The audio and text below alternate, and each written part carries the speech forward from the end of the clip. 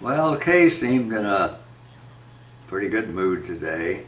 Took her 3 or 4 minutes before she loosened up and seemed to respond to me. So I eventually took her back to our room because there didn't seem to be anything going on today. They hadn't cleared out the tables and chairs from the dining room. That's what they usually do. I took her back to her room to give her truffles, which she ate too. And first I took her down the hall to the old iron furniture at the farthest end. And that's where I gave her her treats. And then back to her room, because it looked like she could barely walk to the where we sat to give her her truffles. And so I was wondering, because going back to her room was even further, if she could make it that far, but she did. So got her there and let her lay down, and I got there fairly late today because the bus was just late. Now, for about the second or third day, there's no toilet paper roll in the bathroom. The lady next door, who picks up anything that's loose around there, comes into Kay's room and looks around and picks up anything she can. She disconnected my DVD player once and put it down on the chair. I guess she'd forgotten by then what she wanted to do with it. And apparently they put toilet paper in the bathroom, and she keeps taking the paper off, and the spool disappears. I don't know what happens to them.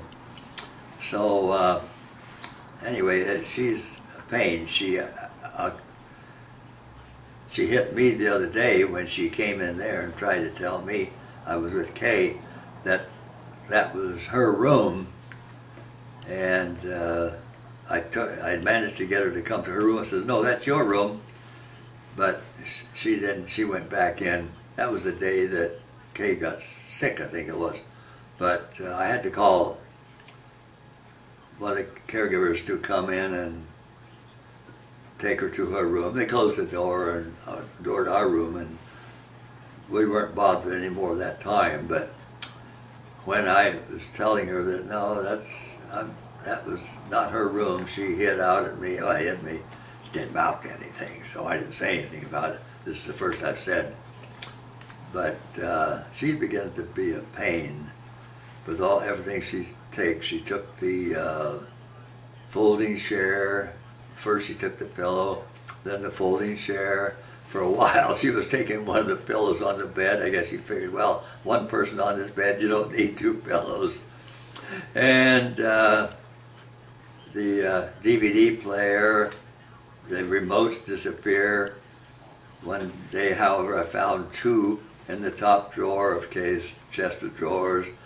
Oh boy, this is getting boring having to watch stuff. I've put stuff up in the closet in a basket where it's hard to reach, so hopefully she'll leave it alone. But I didn't get a bus till about 10 to 11 today. I was able to discuss with the driver how things work at the shuttle, and they know, all have GPS on them, so they know at any time. They also transmit this message constantly, apparently, so they know at the shuttle offices where they are at all times. Every time a shuttle stops to deliver a person at a destination, they push a button, and that notifies them at the office that they have arrived. And of course, the shuttle GPS also tells them where they are. But so when I call down and I don't get a good answer about when I expect my shuttle, that person is actually lying. They just don't want to be bothered. Now, even this bus driver today told me that he's heard them lie to people on the phone. So it's just like a lot of these public servants, if they think you got no way of checking them out, they'll lie to you. And that's what goes on constantly. Well, at this place too. Anyway, that's I got a question for you women. Why do some women who are maybe 30, 40 pounds overweight wear these tight sweaters? You know, seems to me it'd be better off wear something loose instead of emphasizing that you probably could lose a few pounds.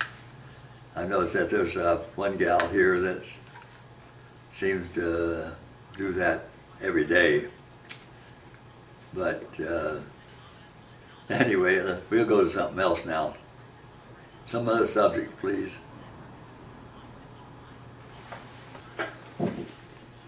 How come the women who should wear the tight sweaters don't, and the women who don't do? So, someone got an answer for that?